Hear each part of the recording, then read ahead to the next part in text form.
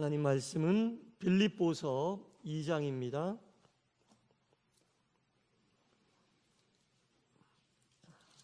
빌립보서 2장 1절부터 4절까지, 빌립보서 2장 1절부터 4절까지 우리 한 절씩 하나님 말씀을 교독하겠습니다. 그러므로 그리스도 안에 무슨 권면이나 사랑의 무슨 위로나 성령의 무슨 교제나 긍휼이나 자비가 있거든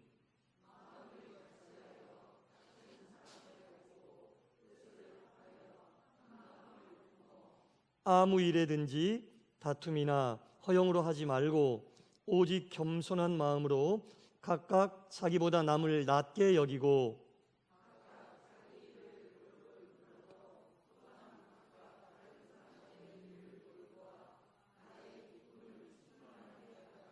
아멘. 할렐루야. 네, 수요일 저녁 시간 주님 전에 나온 여러분 모두를 주님의 이름으로 환영하고 축복합니다. 네, 오늘도 말씀을 통해 하나님 주시는 음성을 들으시는 귀한 시간 되기를 소원합니다. 우리가 기억하고들 계실 거예요. 2001년 9월 11일 미국의 뉴욕에 있는 쌍둥이 빌딩이라고 하죠. 국제무역센터가 테러를 당했습니다. 우리가 9.11 테러라고 알고 있습니다. 그래서 피해 당사자인 미국이 이 엄청난 테러를 일으킨 그 범인을 찾다 보니까 한 나라가 등장을 하게 되는데 그 나라는 바로 아프가니스탄이라고 하는 나라입니다. 그래서 오사마 빈 라덴이라고 하는 사람이 아프가니스탄에 숨어 있고 그 사람이 이 테러를 저지른 원흉이다 라는 것을 발견하게 됐죠. 그래서 미국은 아프가니스탄을 이제 샅샅이 뒤지고 그 범인을 찾아야 되잖아요. 그래서 아프가니스탄과의 어떤 전쟁을 선포하고 2달여 만에 그 사건의 원흉을 찾아내고 응징을 하게 되는데 전쟁에서 미국이 승리한 거죠. 승리한 건데 문제는 전쟁에서 승리한 그 이후에 이제 발견이 되었다는 겁니다. 미국이 전쟁에서는 승리했지만 그 이후에 이 테러가 곳곳에서 일어나게 됐습니다. 전쟁에서는 이겼는데 이 테러 조직들이 미국을 비롯한 서방 세계 곳곳에서 정말 폭탄 테러, 그 다음에 여러 가지 도구를 이용한, 약품을 이용한 이런 테러들 계속해서 저지르게 되자 미국이 그 테러들과의 또한 전투를 벌이게 되는데 한 13년 정도 이 일이 계속 반복이 된 거예요. 그러다가 결국 미국이 2014년에 아프가니스탄에서 군대를 빼고 전쟁에서 승리했지만 전투에서는 패배하게 되는, 어떻게 보면 미국에는 흑역사라고 볼 수가 있겠죠. 이런 어떤 흑역사를 남기게 되었습니다. 그래서 서방의 많은 그 나라들은 이 미국과 아프가니스탄의 전쟁을 이렇게 한 줄로 표현을 했습니다. 전쟁에서는 미국이 이겼지만 전투에서는 졌다라고 표현을 했습니다. 우리가 살고 있는 이 그리스도인들의 삶이라는 것은 영적인 전투입니다. 영적인 전투인데 이 미국과 아프가니스탄의 이 전쟁을 이제 빗대어서 그리스도인들의 삶과 오늘날의 교회를 비추어 보니까 비슷한 것 같아요. 우리 예수님께서 십자가에서 사망 권세를 이기시고 승리하셔서 사탄 마귀와의 영적 전쟁에서 승리하셨는데 그 승리의 기쁨에 동참하고 그 승리로 인하여 영원한 구원의 생명을 얻은 우리 성도들도 예수님께서 이미 다 이겨놓으신 이 영적 전쟁에서 승리는 했으나 사탄 마귀들과의 영적 전투에서는 그냥 속수무책으로 질 때가 적지 않게 있더라는 겁니다. 그래서 영적인 전쟁은 우리 예수님께서 큰 전쟁은 이미 승리를 하셨는데 이 곳곳에서 일어나고 있는, 우리의 삶 곳곳에서 일어나고 있는 사탄들과의 영적 전투에서 우리가 승리하지 못할 때가 많이 있는 이 안타까운 모습을 우리가 발견할 수가 있습니다. 우리 예수님 분명히 말씀하셨거든요. 담대하라, 내가 세상을 이겼노라 라고 분명히 영적 전쟁의 승리를 선포하셨고, 그 영적 전쟁의 승리를 믿지만 이제는 전투에 나와 있는 우리 그리스도인들의 삶의 모습을 보면 사탄 마귀의 계략에 이 게릴라전과 같은 이 영적 전투에서 질 때가 많이 있더라는 겁니다. 이 사탄 마귀는 영적인 전쟁에서 졌지만 영적인 전투에서는 계속 그리스도인들을 괴롭히는 거예요. 왜 사탄 마귀가 전쟁에 졌음에도 그리스도인들을 이 작은 전투에서 자꾸 괴롭히고 승리하려고 하나? 우리 예수님이 영적 전쟁을 부활로 승리하시고 하늘로 올라가시면서 다시 이 땅에 오신다고 재림을 선포하셨거든요. 예수님께서 재림하시는 그때는 심판의 날입니다. 재림하시는 그때는 심판의 날이고, 믿고 믿음을 지켰던 성도들은 그날 구원을 받고 하나님의 영광스러운 잔치에 동참하는데, 우리를 괴롭혔던, 영적인 전투를 통해 그리스도인들을 괴롭혔던 사탄 마귀에게는 영원한 불못 무저갱으로 들어가 더 이상 성도들을 괴롭힐 수 없는 영원히 감금되는 날이 사탄 마귀의 운명의 날이 예수님의 재림의 날이 되기 때문에, 사탄 마귀는 그날이 오기 전에, 그날이 오면 사탄 마귀는 안 좋잖아요. 자기들은 영원한 무저갱에 갇히기 때문에, 영원한 지옥 불못에 빠져 나올 수 없기 때문에 그날이 오기를 더디하도록 우리를 괴롭힌다는 겁니다. 우리 예수님께서는 당신이 재림하실 날을 이렇게 말씀하셨어요. 마태복음 24장 14절에 보면, 이 천국 복음이 모든 민족에게 증언되기 위하여 온 세상에 전파되리니 그제야 끝이 오리라. 예수님께서 재림하실 그날은 예수님께서 전하시던 이 복음이 온 모든 민족에게 증언되기 위하여 온 세상에 복음이 전파되는 그날 끝이 오리라고 말씀하셨거든요. 그러니까 사탄 마귀는 길을 쓰고 복음이 온 세상에 전파되는 것을 방해하고 막는 거예요. 우리 예수님께서 하늘로 올라가시면서 땅끝까지 이르러 내 증인이 되라고 말씀하셨을 때에 예수님을 믿었던 제자들과 많은 성도들, 그리고 세워질 교회에게 내린 명령이거든요. 그러니까 사탄 마귀는 이 복음이 예수님의 제자들과 성도들과 교회에 의하여 온 세계 만방에 펼쳐지는 것이 더디하도록, 늦게 하도록, 왜? 그날이 오면 자기들은 죽는 날이니까, 영원히 감금되는 날이니까 그날이 오기를 더디하도록 복음 전파를 방해하고 있는 겁니다. 그래서 복음 전파의 천병의 역할을 감당할 그리스도인들과 교회를 분열시키고 복음 전파하는 사역을 못하도록 이렇게 영적인 전투를 자꾸 불러일으켜서 주님의 일꾼들을 꺾어버리고 교회를 사역을 하지 못하게 만드는 것이 사탄의 전투의 전략이라는 겁니다. 복음이 전해지는 그날, 예수를 믿고 주의 사역을 감당하는 모든 사람들은 구원받는 기쁨의 날이고 영원한 생명을 얻는 날이지만, 사탄 마귀는 무저갱에 빠지는 자신의 운명을 다하는 날이기 때문에 절대로 그날이 오기를 바라지 않는 사탄 마귀는 복음을 전하는 그리스도인들과 교회를 분열시키려 하는, 방해하려고 하는 이 전투를 아주 치밀하게 가지고 우리를 괴롭히게 된다는 겁니다.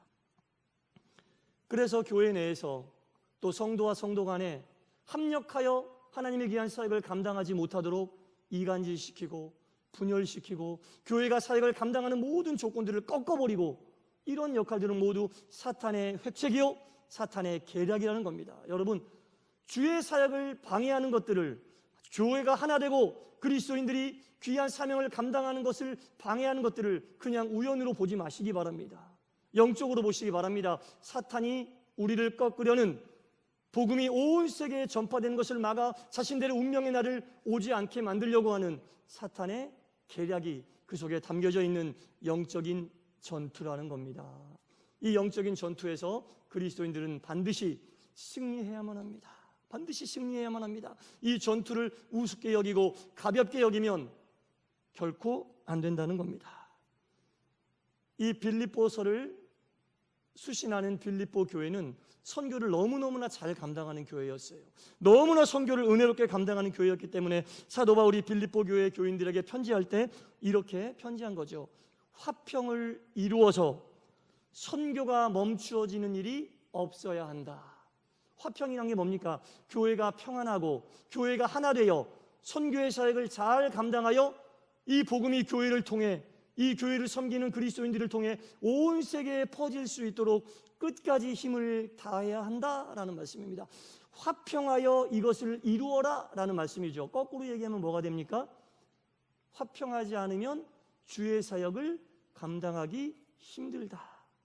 화평하지 않으면 주의 사역을 감당하기 힘들다. 그래서 교회는 화평한 교회가 되어야 한다는 겁니다. 화평한 그리스도인들이 되어야 한다는 겁니다. 화평해야 주의 사역을 감당하고 주님이 오실 그날을 우리가 앞당길 수 있고 사탄의 계략과 사탄의 전투를 물리칠 수 있는, 영원히 사탄을 감금해버릴 수 있는 그날이 속히 오기 위해서는 이 복음이 온 세계에 빨리 그리스도인들과 교회를 통하여 은혜롭게 전파되어야 한다는 겁니다. 그러기 위해서 교회는 화평해야 한다. 그래서 오늘은 화평한 교회가 되기 위해서 우리가 어떻게 해야 되는가에 대해서 살펴보면서 은혜를 나누도록 하겠습니다. 첫 번째로, 교회가 화평하게 되려면 한 마음을 품고 사역을 해야 된다라는 겁니다. 한 마음을 품고 사역을 해야 된다. 오늘 본문 1절과 2절에 보니까 그리스도 안에 어떠한 권면이나 어떠한 위로나 어떠한 교제나 어떠한 긍휼이나 어떠한 자비가 있든지 어떻게 하라고요? 마음을 같이하여 같은 사랑을 가지고 뜻을 합하면 한 마음을 품을 수 있다라는 겁니다. 성도 간에 어떤 권면을 하든지, 성도 간에 어떤 위로를 하든지, 어떤 교제를 하든지, 어떤 긍휼과 자비를 베풀든지 마음을 달리해서 하면은 안 된다. 마음을 함께하고 같은 마음으로 우리가 위로하고 권면하고 자비를 베풀고 긍휼을 베풀고 교제해야 된다는 거예요. 같은 마음으로, 다른 말로 하면 뭐가 돼요? 공감하라는 얘기입니다. 성도 간에 공감해야 된다. 감정을 나누어야 한다. 감정을 공유해야 된다는 얘기입니다. 성도 간에 권면할 때 내가 권면하는 대상과 내 마음이 공유가 돼야 되는 거예요. 성도 간에 위로할 때 그 위로를 받을 사람과 내가 공유가 돼야 되는 거예요. 마음이 공유가 되지 않으면, 한 마음으로 같은 사랑으로 그것을 행치 않으면 화평할 수 없다라는 겁니다. 위로한다고 얘기하면서 자기 얘기만 막 하고, 나는 옛날에 그거 이렇게 극복했고 그거 아무것도 아니야, 그 사람은 그것 때문에 죽겠는데, 마음을 전혀 공감하지 못하면 위로한다고 한 이야기가 오히려 더 큰 상처를 주게 된다는 겁니다. 항상 모든 권면이나 위로나 교제나 긍휼이나 자비가 공감하는 마음으로 이루어질 때 교회는 하나가 될 수 있다. 그리스도인들 간의 교제도 공감이 되어야 되는 거예요. 공감이. 서로 마음을 합해, 마음이 합일되어야 한다는 겁니다. 그래서 제가 오늘 새벽에도 이 마음의 합일에 대해서 말씀을 드렸죠. 마음이 합해진다는 것은 제가 이런 예를 들었어요. 자녀들이 아플 때 부모의 마음이 더 아프잖아요. 안 아프세요, 여러분은? 자녀가 아프면 부모의 마음이 더 쓰리잖아요. 부모의 마음이 더 쓰리다고요. 그게 뭐예요? 자녀의 마음과 내 마음이 합해졌기 때문에 자녀의 아픔이 내가 느껴지는 거예요. 이처럼 마음이 합일되고 하나 되어야 된다는 겁니다. 마음이 하나가 되어야만 우리가 공감할 수 있고 그 사람을 진심으로 위로할 수 있고 긍휼과 자비를 베풀 수 있고 온전한 권면이 그 속에서 이루어진다는 겁니다. 그래서 우리가 그리스도인으로서 생활할 때 정말 갖춰야 될 많은 덕목이 있겠지만 공감할 수 있는 덕목을 우리 하나님께 간절히 구하시기 바랍니다. 이것은 비단 교회에서뿐 아니라 가정에서도 마찬가지고 사회관계를 통해서도 공감하고, 공감이 돼야 어떻게 돼요? 소통이 되는 거예요. 공감이 돼야 소통이 되는 거예요. 마음이 나누려고 하는 그 자세가 있어야지 대화가 되고 소통이 되는 거지. 안 그러면 불통, 단절. 그럼 너는 너대로 나는 나대로 가는 거예요. 이러면 교회가 한 마음이 될 수가 없습니다. 하나가 될 수 없습니다. 그래서 우리가 그리스도인으로서 공감하고자 하는 것은 굉장히 중요하다는 겁니다. 머리가 둘이고 몸이 하나인 사람이 있는데 어떤 사람이 묻는 거죠. 이 사람은 과연 한 사람입니까? 두 사람입니까? 물어봤죠. 그랬더니 유대교 랍비가 대답을 했죠. 이쪽 머리를 콩 때렸을 때 머리를 맞은 쪽 머리에 그 얼굴이 인상을 쓰고 있을 때 다른 쪽 머리에 얼굴이 웃고 있으면 이 사람은 두 사람이다. 하지만 한쪽 머리를 맞아서 아프다고 인상을 쓰고 있을 때 다른 쪽 머리에 얼굴도 인상을 쓰면 이 사람은 한 사람이다. 뭘 얘기하는 거예요? 아픔을 나눈 걸 얘기하잖아요. 아픔을 나눌 수 있느냐 없느냐에 따라 하나가 될 수 있느냐 둘이 될 수 있느냐가 거기서 결정이 된다는 겁니다. 성도의 아픔이 우리 모두의 아픔이 되기를 간절히 바랍니다. 우리 교회가 함께 느끼고 함께 공감하는 그리스도 안에서 귀한 마음이 우리 가운데 온전히 있어지기를 소원합니다. 얼마 전에 TV에서 그런 이벤트라고 해야 되나요? 아이스버킷 챌린지라는 게 있었는데 TV에서 보셨잖아요. 아이스박스에 얼음을 넣어가지고 누군가가 그 사람에다 확 부어주는 거예요. 그러면은 그 사람은 그 얼음이 떨어질 때 얼마나 막 춥고 고통스럽겠어요. 그러면 그 아이스버킷 챌린지를 하는 사람이 다른 사람의 친한 사람의 이름을 또 대면 그 아이스버킷 챌린지가 또 그 사람에게 넘어가고, 이게 미국의 한 루게릭병에 관련되어 있는 단체에서 만든 이벤트인데, 그 아이스박스에서 얼음이 떨어질 때 그 수많은 얼음이 순식간에 내 몸으로 오면 순간적으로 고통이 있대요. 차갑고 순간적으로 느낀 고통이 있는데 루게릭병 환자들이 그런 고통을 하루에도 몇 번씩 당한다는 거예요. 그래서 루게릭병 센터에서 일반인들도 이 루게릭병 환자들이 겪는 고통을 한번 체험해보고 알면은 좋겠다라고 해서 시작된 이 행사가, 그것을 겪어본 사람들이 루게릭병 환자들이 이런 아픔 속에 있구나, 그 아픔을 공감하고 그 단체에 루게릭병 퇴치를 위한 후원금을 보내고, 그러면서 아주 좋은 성금이 많이 모아지고 루게릭병 퇴치에 여러 가지 도움이 됐다라고 하는 그런 이야기를 제가 읽은 적이 있습니다. 이게 뭡니까 여러분? 아픔을 공감할 때 정상적인 사람들도 다 공감한 건 아니지만 조금이라도 공감했을 때 그들의 아픔에 동참할 수 있는 길이 열리게 된다는 겁니다. 그래서 우리가 그리스도인으로 산다는 것은 예수님의 시선으로 우리 주변을 볼 필요가 있는 거예요. 우리가 예수님의 시선으로 보면 어떤 사람을 이렇게 잘 쳐다봤을 때 그 사람의 약점이 보이면 그것을 그 사람의 약점이 아닌 상처로 보게 된다는 겁니다. 예수님의 시선으로 바라보면 그 사람이 품고 있는 그 힘들고 어려운 상황이 약점이 아닌 상처로 보여져서 내가 그 사람의 상처를 치유할 수 있는 치유제가 되어야겠다, 그 사람의 상처를 치유할 수 있는 기도를 해야겠다는 마음이 생긴다는 겁니다. 하지만 세상은 그렇지 않습니다, 여러분. 어떻게 해서든지 상대방의 상처도 약점으로 찾아서 거기를 공격하고 그래야지 내가 그 사람을 누르고 이기니까 세상은 그것을 가르치지만 교회는 그래서는 안 됩니다. 예수님의 시선은 모든 사람이 약점이라고 이야기하는 그 부분조차도 그 사람의 상처로 보고 우리가 보듬어 안으려고 하는 그러한 마음을 가진 사람들이 모인 곳이 바로 교회가 되어야 한다는 겁니다. 이 모든 것이 원활하게 진행되려면 서로를 공감하고자 하는, 한 마음이 되고자 하는 교회가 되고 성도들이 됐을 때 우리는 화평한 교회를 이룰 수 있다는 겁니다. 두 번째로 화평한 교회가 되기 위해서는 자기보다 남을 낮게 여겨야 한다는 겁니다. 오늘 본문 2장 3절은 아무 일에든지 다툼이나 허용으로 하지 말고 오직 겸손한 마음으로 각각 자기보다 남을 낮게 여기고, 자기보다 다른 사람을 높여주란 얘기죠. 자기보다 다른 사람을 온전히 섬겨주란 얘기입니다. 칭찬해주란 얘기입니다. 상대를 보고 칭찬하고 경탄하고 상대방을 높여줄 때 그 교회는 화평한 교회가 될 수 있다는 겁니다. 언젠가는 이 칭찬이 굉장히 좀 이슈가 되던 시절이 있었어요. 그래서 무슨 책 제목도 칭찬은 고래인가요? 예, 고래도 뭐 춤추게 한다? 뭐 그런 책도 있었는데, 그렇게 칭찬이 사회적인 이슈가 되던 때도 있었는데 요즘에는 보면요, 칭찬이 인색해지는 시대에 살고 있는 것 같아요. 어디에서도 칭찬하고자 하는 것보다는 다른 사람을 공격하고 비판하고 깔아뭉겨서 다른 사람을 나보다 못하다는 것을 확실히 각인시키는 것이 이 사회의 어떤 흐름이 되어 마음이 무척 안타깝습니다. 그래서 어떤 사회학자는 이런 얘기를 했다는 거죠. 세계 인구의 30억 명이 굶주린 상태에서 매일매일 잠이 든다. 그러나 그보다 더 많은 40억 명에 해당되는 그 많은 인구들은 칭찬과 따뜻한 말에 굶주려 잠이 든다라는 거죠. 그러니까 갈수록 우리의 영이 어디 가서 기댈 데도 없고 따뜻한 말 한마디, 칭찬 한마디 들을 곳이 갈수록 없어진다는 겁니다. 사랑하는 성도 여러분, 교회가 칭찬의 공장이 되기를 간절히 소원합니다.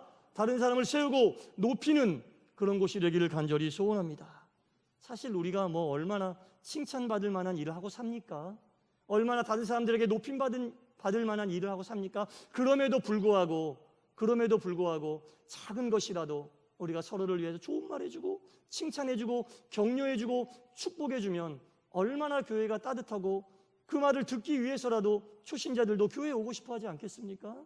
교회에서도 찬바람이 쌩쌩 불고 서로를 깎아내지 못해 안달이고 그러면 교회가 화평해질 수가 없잖아요. 칭찬을 하고 서로를 격려해주고 당신이 나보다 낫다라는 것을 항상 우리가 표현할 때에 그 교회는 따뜻한 교회가 될 수 있을 것입니다. 연필하고 볼펜이 나눈 대화입니다. 연필이 볼펜에게 이렇게 이야기를 했어요. 야, 너는 평생 칼질 당할 일이 없으니 얼마나 좋으냐. 연필이 볼펜한테 얘기한 거죠. 너는 평생 동안 칼질 한번 당하지 않으니 얼마나 좋겠냐. 너는 평생 동안 똑같은 발자국을 남길 수 있으니 얼마나 좋냐. 볼펜은 잉크가 떨어지기 전까지 막 글씨가 굵어진다든지 얇아지 그런 게 없잖아요. 평생 동안 똑같은 발자국을 남길 수 있으니 얼마나 좋으냐. 야, 난 참 네가 부럽다. 그리고 너는 땅에 내동댕이 쳐져도 심이 부러지지 않니 얼마나 단단하고 좋으냐. 얼마나 이런 좋은 내공을 가졌니 참 부럽다. 이렇게 연필이 볼펜을 칭찬했어요. 그랬더니 또한 이번에는 볼펜이 연필에게 야, 너는 깎을 때마다 풍겨나오는 그 나무 향이 너무나 좋아. 너에게서는 정말 좋은 향기가 나. 그리고 내가 너에게 가장 부러운 것은 실수를 해도 너는 지우고 다시 쓸 수가 있잖아. 나는 실수를 하면 고칠 수가 없어. 나는 실수를 해도 언제라도 고쳐 쓸 수 있는 네가 너무너무 부럽다. 그리고 아무리 오래 써도 나처럼 침을 흘리지 않으니 얼마나 좋으냐. 볼펜은 침을 좀 흘리죠, 오래 쓰면. 그런 것조차도, 그러니까 볼펜 스스로 생각할 때 그 볼펜 쓸 때 나오는 잉크 찌꺼기는 핸디캡이고 결점일 수 있지만 연필이 보았을 때는 너무 좋아 보이는 거예요. 그러니까 이게 볼펜과 연필의 대화 속에서 우리가 서로의 약점도 서로를 칭찬해 줄 수 있는 그런 어떤 관계가 될 때 교회는 따뜻해질 수 있다는 겁니다. 시인 나태주님이 풀꽃이라는 시에 보면 이런 구절이 나와요. 자세히 보아야 예쁘다. 자세히 보아야 예쁘다. 오래 보아야 사랑스럽다. 너도 그렇다. 여러분, 자세히 봤더니 풀도 꽃처럼 보인다는 얘기예요. 제목이 풀꽃이에요. 자세히 봤더니 풀도 꽃처럼 보이는 거예요. 그리고 오랫동안 봤더니 그 풀이 사랑스러운 꽃처럼 보인다는 거예요. 이 시를 읽는 여러분들도 그렇습니다라고 시인이 메시지를 던지고 있는 거예요. 여러분, 성도 간에 자세히 보시기 바랍니다. 사랑스럽게 오래 지켜봐 주시기 바랍니다. 가족 간에 자세히 보시기 바랍니다. 사랑스럽게 오래 지켜봐 주시기 바랍니다. 그러면 풀도 꽃처럼 보이게 된다는 겁니다. 사실 우리가 꽃입니까, 여러분? 풀 중에서도 잡초에 가까운 우리를 예수님은 꽃으로 봐주셨어요. 주님도 풀 같은 우리를 오랫동안 자세히 보시고 꽃으로 보아주셨다는 겁니다. 서로를 이렇게 보는 사랑스러운 시선이 있는 곳, 나보다 남을 더 낫게 하는 곳에는 사탄은 얼씬도 할 수 없습니다. 사탄은 그리스도의 사랑을 가장 무서워하기 때문입니다. 세 번째로 화평한 교회가 되기 위해서는 오늘 본문 마지막 절 4절에 보니까 각각 자기 일을 돌볼 뿐더러 또한 각각 다른 사람들의 일을 돌보아 나의 기쁨을 충만하게 하라라는 겁니다. 나의 일을 돌볼 뿐더러 다른 사람의 일을 돌보아 줘라, 그런 얘기거든요. 사람이 죽어서 가는 곳은 딱 두 곳이죠. 어디와 어디입니까? 천국과 지옥. 두 곳밖에 없어요.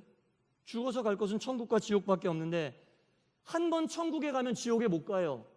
한 번 지옥에 있으면 천국에 못 가요. 거지 나사로와 부자의 얘기 다 아시죠? 거지가 천국에 아브라함 옆에 있을 때 부자가 지옥에 있는 것을 보고 갈 수 없다고 얘기하잖아요.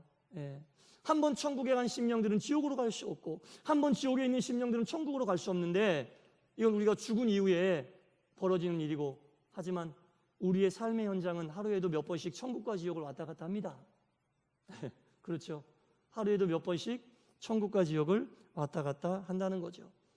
우리가 이렇게 삶의 현장에서 천국과 지옥을 왔다 갔다 하는 그 이유가 많이 있겠지만 저는 오늘 여러분들에게 말씀드리고 싶은 그 이유는 나만 생각하면 지옥이고 남들도 같이 생각할 수 있으면 천국이라고 말씀드리고 싶습니다. 오늘 본문을 근거로 해서 말씀드리면 자기 일만을 평생 동안 돌보고 살면 지옥을 더 많이 경험할 것이고 다른 사람의 일도 내 일처럼 여기고 함께 나눌 수 있는 마음을 가지고 산다면 천국을 경험할 수 있을 것입니다. 다른 사람들의 일을 내 일처럼 여긴다는 말은 다른 말로 표현하면 섬김이라고 표현할 수 있겠습니다. 다른 사람들의 일을 내 일처럼 섬겨주는 마음이 있을 때 그 사람의 삶은 천국과도 같은 삶이다라는 겁니다. 우리 예수님께서 제자들의 발을 씻겨주셨잖아요. 하루 종일 사역을 하시고 땀도 많이 나고 흙먼지도 많이 묻은 그 발을 예수님께서 씻겨주셨어요. 만일 그날 밤 예수님이 제자들의 발을 씻겨주시지 않고 모든 그 자리에 있었던 사람들이 다 누군가 내 발을 씻겨달라고 발을 내밀기만 했다면, 씻겨주는 사람이 하나도 없었다면 그 모임 공간에는 발냄새만이 진동했을 겁니다. 그러나 예수님이 제자들의 발을 씻겨주시고 제자들이 서로의 발을 씻겨줬을 때에 그곳에는 발냄새가 아닌 아름다운 향기가 나게 되었습니다. 나의 일만이 아니라 다른 사람의 일도 내 일처럼 섬김을 우리가 베풀 때에 그곳에는 냄새가 아닌 향기가 나게 된다는 겁니다. 나의 작은 섬김으로 인하여 내가 거하고 있는 이곳이 천국이 될 수도 있고 지옥이 될 수도 있다는 겁니다. 나의 작은 섬김으로 인하여 우리가 함께하고 있는 이곳이 아름다운 향기가 나는 곳이 될 수도 있지만 쾌쾌한 냄새가 나는 곳이 될 수도 있다는 겁니다. 우리가 화평한 교회를 이루기 위해서는 나의 작은 섬김부터 화평이 시작된다는 것을 반드시 기억하시기 바랍니다. 이렇게 화평한 교회가 될 때 사탄 마귀가 가장 싫어하는 예수님의 선교의 사역을 은혜롭게 감당할 수 있는 교회가 된다고 사도 바울이 오늘 우리에게 권면하고 있는 겁니다. 분명히 말씀드립니다. 사탄 마귀는 주님의 선교 사역이 이루어진 것을 방해합니다. 그날이 곧 자기가 죽는 날이기 때문입니다. 그래서 그리스도인들과 교회를 괴롭히고 분열시키고 하나 되지 못하게 합니다. 그럼에도 불구하고 우리 그리스도인들은 마음이 하나 되어야 하고 나보다 남을 더 높여야 하고 나의 일을 다른 사람의 일처럼 감당하며 섬겼을 때에 교회는 화평해질 수 있고 그 화평의 힘으로 주님께서 말씀하신 복음의 사역, 선교의 사역을 온전히 감당할 수 있게 된다는 겁니다. 그때 주님께서 말씀하신 재림의 날이 다가오고 그날은 바로 우리가 하나님께 영광 돌리고 하나님의 영원한 나라로 들어가 함께 살 수 있는 귀한 은혜의 날이 되고 사탄 마귀는 저 지옥 불 속 무저갱에 갇혀 다시는 그리스도인들을 괴롭히지 못하는 최후의 날이 된다는 겁니다. 사랑하는 성도 여러분, 화평한 동산교회를 위하여 우리가 마음을 합하고 나보다 남을 더 높게 여기고 다른 사람의 일을 내 일처럼 돌보는 섬김으로 섬겨주시기 바랍니다. 그때 우리 교회는 화평한 교회가 될 수 있고 주님의 복음사역과 선교의 사역을 아름답게 감당하여 주께 칭찬받는 교회가 될 것을 믿습니다. 기도하겠습니다. 하나님, 우리가 화평한 교회를 이루어서 주님의 선교의 사역을 온전히 감당하기를 소원합니다. 사탄 마귀는 이것을 싫어하고 방해합니다. 왜냐하면 그날이 자기가 무저갱에 갇혀 영원히 돌아올 수 없는 운명의 날이기 때문입니다. 아버지 하나님이여, 우리는 하나님의 귀한 선교 사역을 바로 감당하기 위하여 말씀에서 우리에게 주신 권면 그대로 한 마음이 되게 하여 주시고 나보다 남을 더 높이게 하여 주시고 또한 나의 일처럼 다른 사람의 일도 섬김으로 감당케 하여 주시옵소서. 그리하여 온전히 화평한 동산교회, 선교의 사역을 아름답게 감당하는 동산교회와 귀한 그리스도인들이 되게 하여 주옵소서. 예수님 이름으로 기도드리옵나이다. 아멘.